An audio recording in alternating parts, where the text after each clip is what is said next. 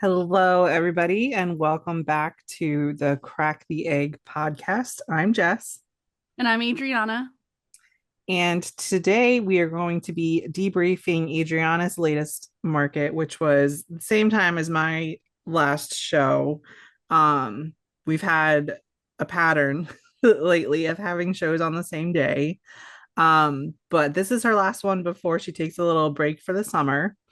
Um, just for Adriana shows, you guys will not be getting a break from us. We've recorded pretty consistently and we have it scheduled out, so you shouldn't be getting a break. Um, but before we get started, Adriana, what are you working on?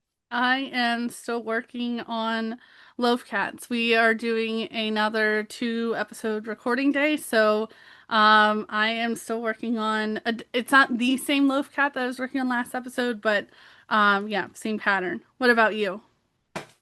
You're on a new one. I'm on the same one, even though it's a mini, but I got into talking too much during Sure, my episode that I would lose focus on the cats.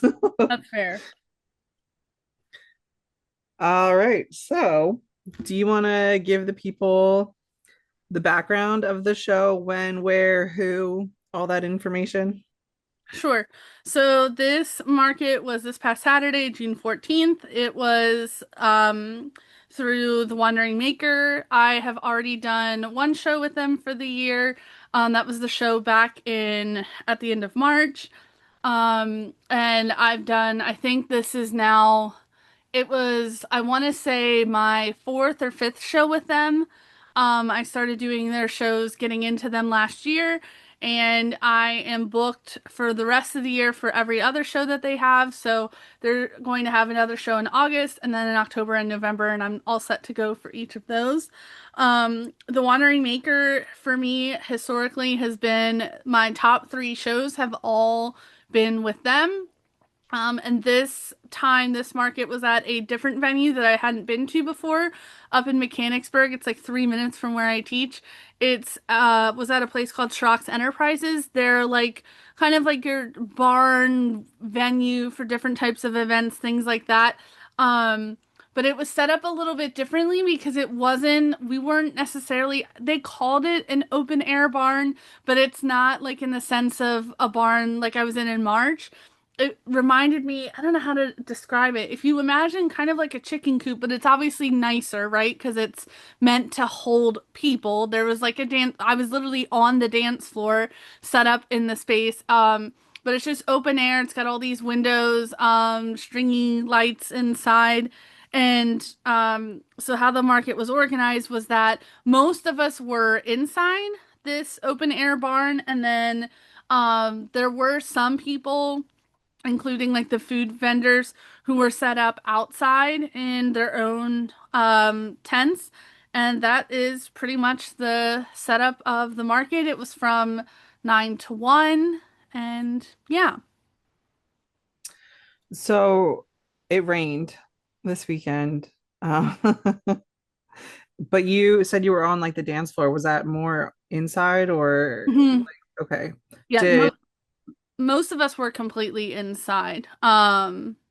It was just the few who were in tents. And that was something I believe that when we signed up for the market, we indicated which we preferred. okay. Did the rain affect anything? 1,000%. Yeah. Really? Yep. Okay. Yep. We'll get into that. What was your space like within the barn? I had a 10 by 9 space. I was between two other vendors. This organizer always does a really good job when they're laying out the spaces that you're not directly up on top of people, which I really appreciate because not all organizers do that. And so there was, I would say, generous space between me and the booths that were on either side of me. And so when you if you walked in from the main entrance to the barn, I wasn't right at the front entrance, but I was only maybe 5 booths down from the entrance. But the barn was so small that really I feel like any of the spots were good as far as traffic goes. Okay. How did you set up in a 10 by 9 space? I just went with a just straight line that again this time. I don't know why that is like the type of booth I've been, going for lately, but it seems like it's working okay. I think the next market that I do come August, I'm gonna try out a different space, but I haven't yet quite determined what that's gonna look like. But yeah, just a straight line. And what did that cost you? It was 85, which is the standard price for all of their events. Okay. Oh, did everyone have a 10 by 9? And was that 85 like consistent throughout? hmm the only people who didn't have a 10 by 9 were those who were outside in their canopies. They had a 10 by 10. Okay. Um, how much inventory did you end up bringing for this? I don't know the exact number again off the top of my head, but I want to say just shy of 2000. It was definitely not what I wanted it to be, and I had anticipated having more time the week before to market prep because at that point school was out. But I did have two in-service days that week that took more out of me than I expected, and it was just a weird week in terms of prep, so I didn't get nearly as much as I had wanted to make for this market. Um, I don't know if that necessarily played a role in how the day went for me. I want to say no, it didn't. Had maybe having more inventory helped a little bit, maybe, but based on the event, I think like the overall day and what I saw from other vendors, I don't think it was a good day for anybody. Were there just no people there? Um, Compared to what a wandering maker market normally looks like, no. The traffic was not. I mean, there were times where the parking lot was fuller, but I think The compared to parking what lot was people what? fuller, Oh, like it wasn't. I don't know that it was ever completely packed, but it was fuller at some times. It just um, it started off very, very slow, and what rush there was very short-lived. Whereas I am used to when I'm at a show for the Wandering Maker that because they're usually like 9 to 1. I'm used to maybe 9 to 9:30 is a little bit slower, but then once 9:30, 10 o'clock hits, I'm slammed for at least 2 hours, and it's kind of hard to walk away. And when I had spoken with one of the organizers who is in charge of the Wandering Maker, she was saying that last year they it was slammed the entire time and it was super sunny and bright, and so it's definitely not because like this is a poor venue. It was a poor weather day. yeah. Was this also 9 to 1? Yeah. Okay. And you were not busy? Not especially. I would say there was maybe an hour window from 11 to 12 where it picked up, which I was thankful for because it was really looking scary. The first hour was so slow that I was like, oh my God. Like, I knew the weather would play a role in some of the day's turnout, but I didn't think it was going to be that bad. But it did pick up a bit, which was helpful. Okay. What did they have multiple shows throughout the year, The Wandering Maker. Is this specifically themed or is it just another one of their shows? I think technically you could call it like a late spring, early summer market, but there was nothing else like tied to it, like a holiday or anything like that. I mean, you said you didn't have like the inventory you wanted, but was there anything you specifically made for this? Um, I it wasn't specifically for this market. There were some things I wanted to bring back in my inventory and I actually had time to do it. I wanted to add a new color of turtles, so I brought for the first time purple turtles to the show because I have blue and green and I wanted a more girly color. So they have been in my booth at the Hive for almost a month now, and so that was kind of where I got to like test them out there. And then I brought them to the booth for the first time this past Saturday. I also brought back little gnomes. I had made them last year. I made a lot of them last year for a Christmas in July show that I did, and I made them like Christmas themed. But I had sold out of all of those and then any normal color ones that I had. So I did make a few. I made like four of those for this market. Um Other than that, oh, and I did have a new color of scrunchie. It's a burgundy plum. Um, so I did have a few of those. I didn't make a ton of them because they're not my priority, but I made a few. Um, so those were all of the new things that I brought to the booth. Not specifically for this event, but because moving forward, I would like to have those things. Just because you said it, and I keep forgetting to ask you, I need the pattern for that gnome because he was really cute and he looks like a simple make. Yeah, he is a free pattern. I can't remember the maker's name off the top of my head, but I will send that to you. Did like the new colors of anything attract people? The purple turtles definitely. I didn't sell a single gnome, go figure. Um, and I did sell one of the plum scrunchies. But scrunchies are honestly hit or miss for me. I like having them because they're a cheaper price point. So like if a kid walks by, sometimes like that's ultimately how I get their support. And I also wear them myself and they're very quick for me to make, like 3 minutes max. Um, so yeah. But that like the purple turtle for sure. I think that was a good addition. I don't think I'm gonna go into any other colors for now. Like I think that's a good variety, especially because I know come fall I do seasonal turtles because I have a pattern pack. It's a bunch of mods from the original creator of the Tofu Turtles patterns, Megs Makes Crochet, and then she did a partnership with Leah from Koozie Crafts, and that I experimented with that a little bit last year because it came out right in the middle of the fall market season, so I didn't really have a lot of time to prep a ton of them or in all the different varieties that I wanted, but they did pretty well for me. Last year I did the mod where the shell was candy corn. I did one where the shell was a spider, and then the other one that I did was a pumpkin. They have many more in the pattern, I just didn't get to them. So, with that in mind, I'm not going to add any other colors for turtles for this Yeah, year because I'm already going to have those at least probably my August show, maybe. If not that, then the one in October.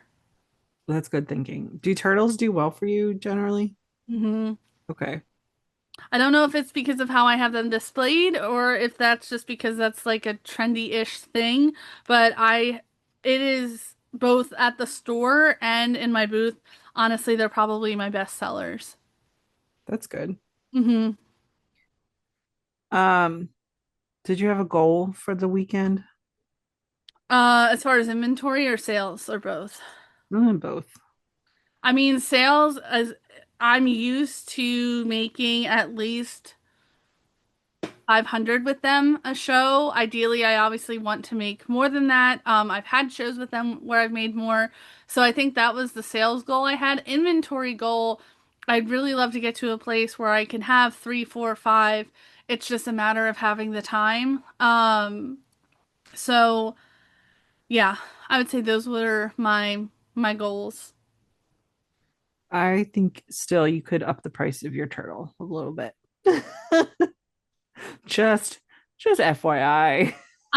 I'm thinking about it. Because what I is it right now? 13. Yeah, I think you can at least make it around 15. But I like for me, like because they don't take me that long. So that's why I have them priced that way. I am not underselling myself with that price at all as far as the time and material cost. I have been on a journey this year. Like I have upped the price of a couple things, like loaf cats. I think I originally had them at 23. They're now 25. The What's with the threes? I don't Just know. make it a nice round number. It just feels like a good number because I think there's also like the psychology of pricing a little bit too. Like three feels like it's a good happy medium where you're not, excuse me, you're not hitting that next five, but you're also not going down to the next. below five below, like multiple of five below, if that makes sense. So I don't know. I don't have an issue with the math. I think some of it's just the psychology of pricing. Well, I think you could up it. But We'll see. I don't know yet. I might. At the store, I think they are 15. Uh, oh, okay. but everything at the store I have upped on the because of the fact that they take 15% off the top. So, Yes. yeah.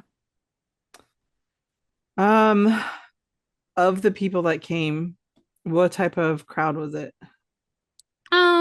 I would say not a lot of kids. The only kids that were really there were the kids of vendors. I would also say there was a good mix of like 30 somethings and 40 somethings who had some small children, but not a ton. And yeah, I would say that was pretty much your main mix. Not a lot of older people, not a lot of younger people either. Um, Taking a pause for a minute, breaking news. Um, so I'm from Ephrata, Pennsylvania, and there's a store called Spring Glen. I'm sure, like Adriana, you might have seen some Spring Glen stuff. It's either Amish or Mennonite, I'm not sure, but they have like delicious meatballs and chicken corn noodle soup, like the best. Yeah. Um, we love their meatballs. And Michelle's birthday was yesterday, actually, and we're having her birthday party this weekend. And we were going to have meatballs. And my mom just said, sorry, I cannot serve Spring Glen meatballs on Saturday. Their store is closed until further notice. Oh my gosh. I'm devastated. Another one. Oh geez. Because it's 5 minutes from mom's house. So she would go get us like huge containers of meatballs that we would just keep in our freezers and Hmm. like take out meatballs when we wanted them or like the soup. Hmm. So yeah, sorry about that. I just saw that message and was like, no. That's depressing. It is depressing. Okay, so back to it. I'm scared to ask. How much did you end up making? Um, it wasn't like I've had worse markets. Okay. It was 274. Okay. It's it's down 50% of the even the absolute lowest I've ever made with this organizer. Um, because I've always made at least 550 with them, Okay. at least. So definitely down low, but I get the sense everyone was low Yeah. yesterday. I did not get the impression that any vendor cleaned up whatsoever.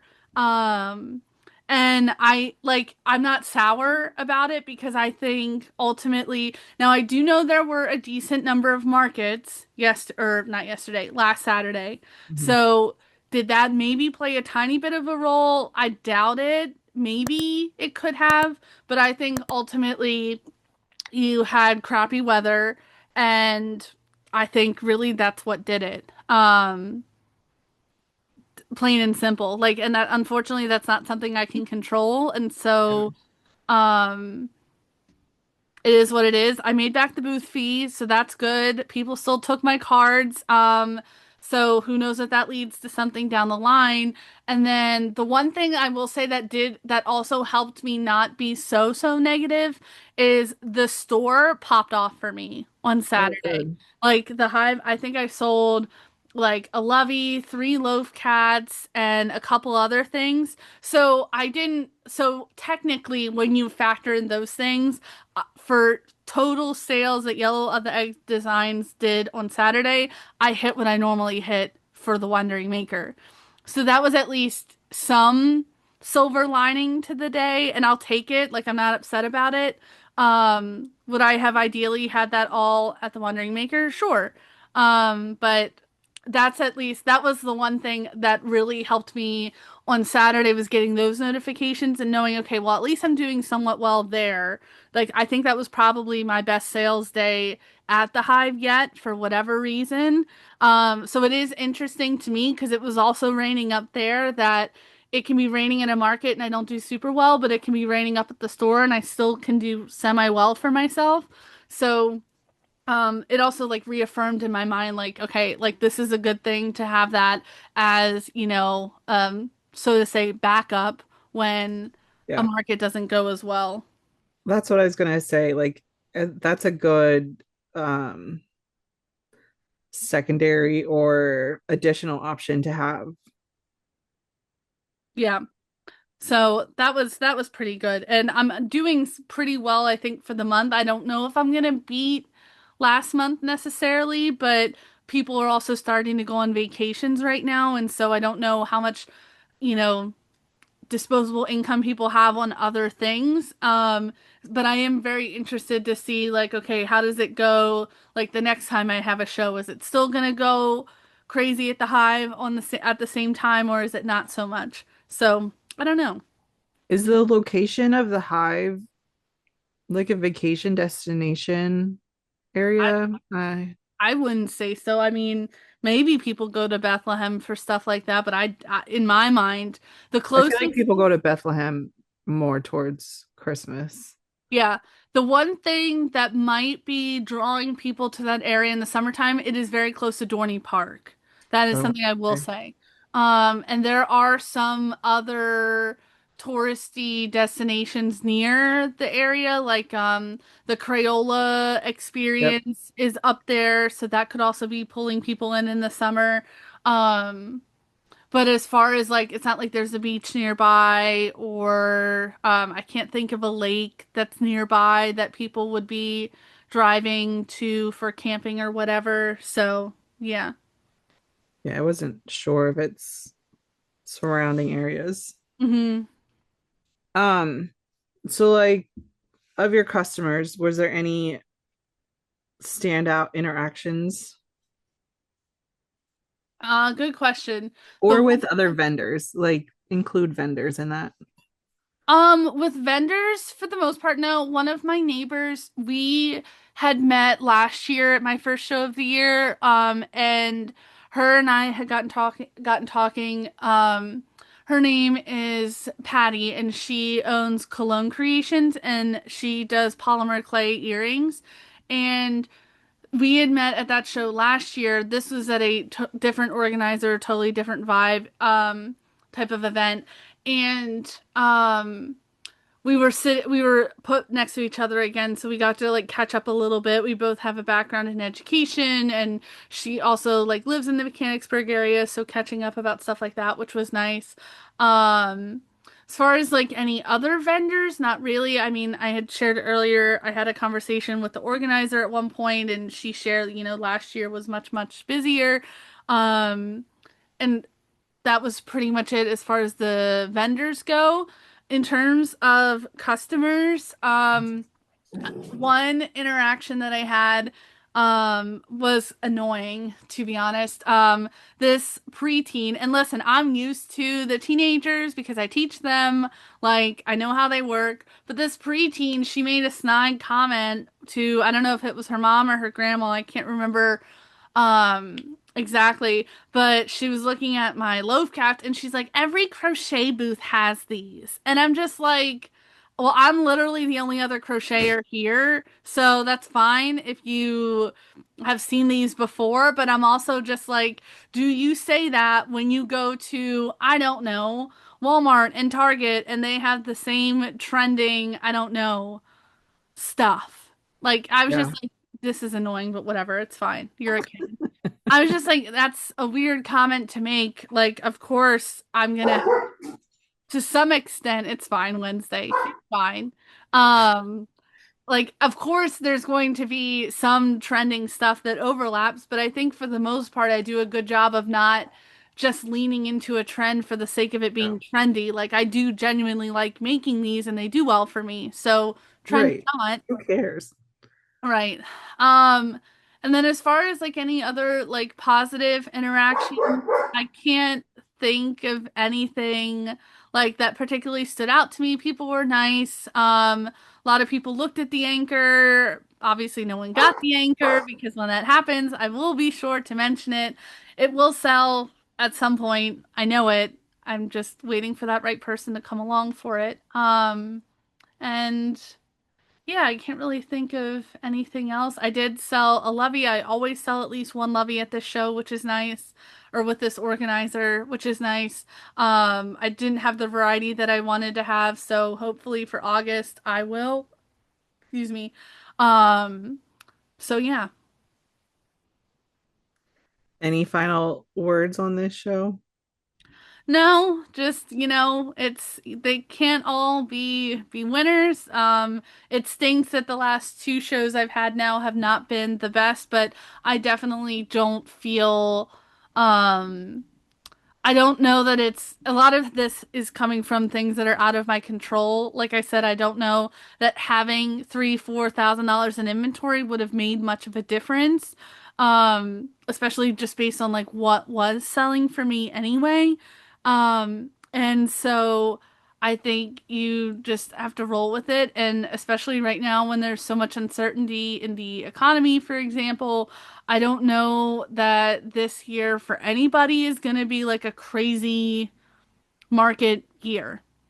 So, No. and that happens. It's also not helping that aren't we having a record like every single Saturday has been rainy?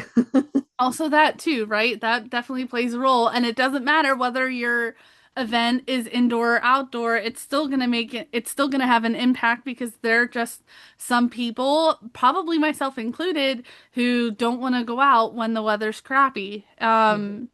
It's definitely not something I typically am trying to do. Like, I see rain as the perfect excuse to get in my craft room and crochet or rot for the day. I don't know. But it's usually not to go out and go shopping because, No. like, even earlier this week on Monday, I was running errands and I wanted to go shopping. It started pouring, and I'm like, well, forget that. I'll just go another day. So, yeah, Yeah, that's definitely not helping. And like some of my shows coming up are outdoor ones, and that makes me a little nervous. I understand that. So you're leaving for a little bit. What is it, like 3 weeks? Basically. So I'll be in Germany I leave on June 24th and then I come back July 10th. I'm home for a day and then I go to Florida for 4 days from July 12th to the 16th, which is partially the reason I took July off from markets. I also couldn't, other than one, I wasn't really finding too many. July Um, is weird. I don't know, like my one show is only because I saw it on my Facebook feed and I was like, oh, I could fill July. Yeah, I don't know if it's because of like knowing that people are going on vacations or because the heat can be, depending on the year, unbearable. I'm not sure, but honestly, I'm okay with it because I have these travel plans and I do want to have a little break in the summer so I can focus on building up my inventory both for markets and also at the store before another wonderful, crazy school year starts in August. So, the next show that I'll be doing, it won't be until the middle of August. So that gives me basically 2 months to prep. Now, with the caveat being 3 of those weeks, though, I am going to be traveling. So I'm currently debating with myself what is it that I'm actually going to bring while I'm traveling because on one hand, I want to bring something because there is going to be downtime. Like, I'm not going to be doing stuff every single day. But on the other hand, I also am not trying to bring things that have a lot of polyfill, for example, excuse me, that have a lot of polyfill or require a bunch of color changes that require a bunch of yarn, different colors of yarn. So I haven't quite decided yet what I'm bringing. I thought about bringing stuff to make mini anchors because I do want to add those to the booth. Um, and Those like, are also something that you can make all the pieces to it and not have to stuff it. right. So I think that like you can do a lot of stuff without even bringing polyfill. Mm, Um, like there are a lot of small patterns that you can make it to the very end, like finish it off, and it's still enough of a hole, and it's not a huge item that you can stuff it later. right.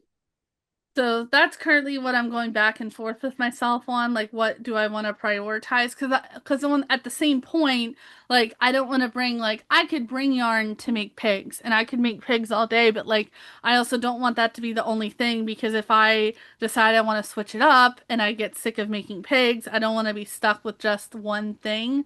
Um, Yeah, I have space in my luggage for a lot. I just don't want to bring a bunch of stuff and then not end up using it kind of thing. right.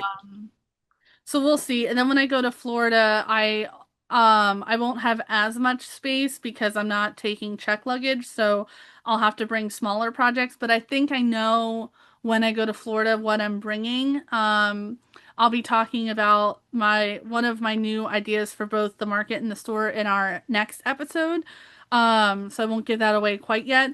But I think I know what I'll bring down there. Okay. Yeah, that was gonna be my question. Since you're gonna be gone basically for 3 weeks, how are you managing preparing for your next show, knowing that you'll be gone for 3 weeks? Mhm. Like, just leading up to it, first of all, while you're gone, and then when you come back, are you going to be like nothing happened and you're continuing, or like when you come back, is it going to be panic mode? I don't think I'll be in panic mode because I will be home from everything July 16th. That still gives me one whole month before the Wandering Maker show, and it also will still give me I'll still have 2 whole weeks before I have to start thinking about school, which is kind of really depressing when I sit here and think about it. Like how quick the summer's gonna go because of traveling. Like I'm thankful to do it, don't get me wrong, but it is something that I'm like, huh, that is taking a decent chunk of my time. But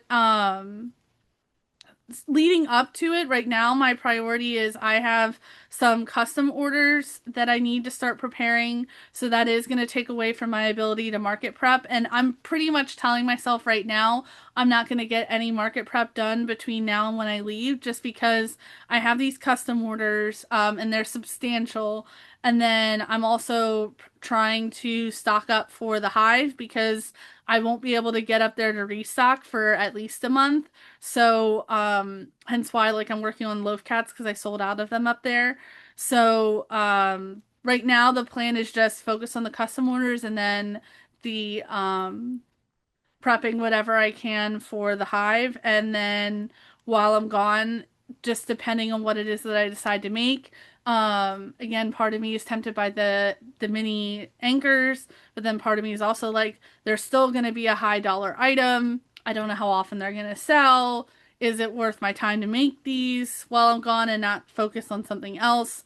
So I'll figure out what that item is going to be for Germany because like I said, there will be several train rides that are going to be like 4 hours long that I'm going to be able to um crochet and stuff while I'm in the train. I just don't want it to be like a loaf cat, for example, I don't think would be something I would take because they go through yarns so quickly and they are not, I think, a fun thing to try to stuff once you get to the very end. Like trying, like for me, that would be annoying to try to through just a little hole like that, try to stuff this whole Oh, facility. that one. Yeah. Yeah, I wouldn't want to The do that. smaller one would be easier Yeah, because, yeah.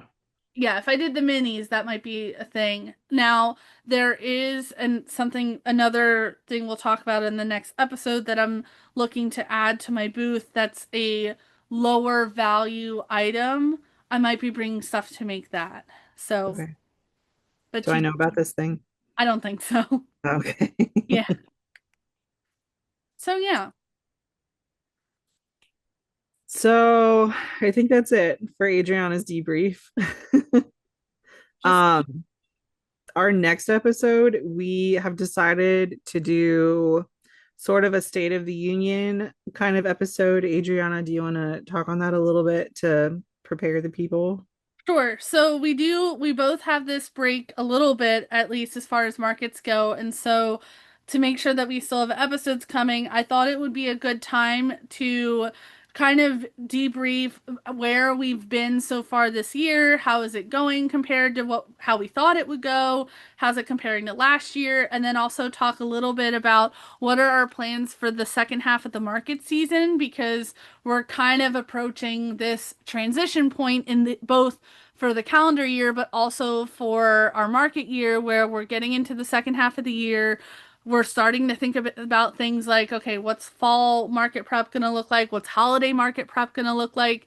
And so I wanted to take a moment so we can kind of reflect on the year so far and also where we think we're going to be going. So I'm looking forward to this episode, especially because we never formally, because of when we started the podcast, we never had a formal like goal setting episode. And so this is going to be a great way for us to talk about both what were our goals for ourselves going into this year, as well as what goals do we have for the second half of the year. So, very excited.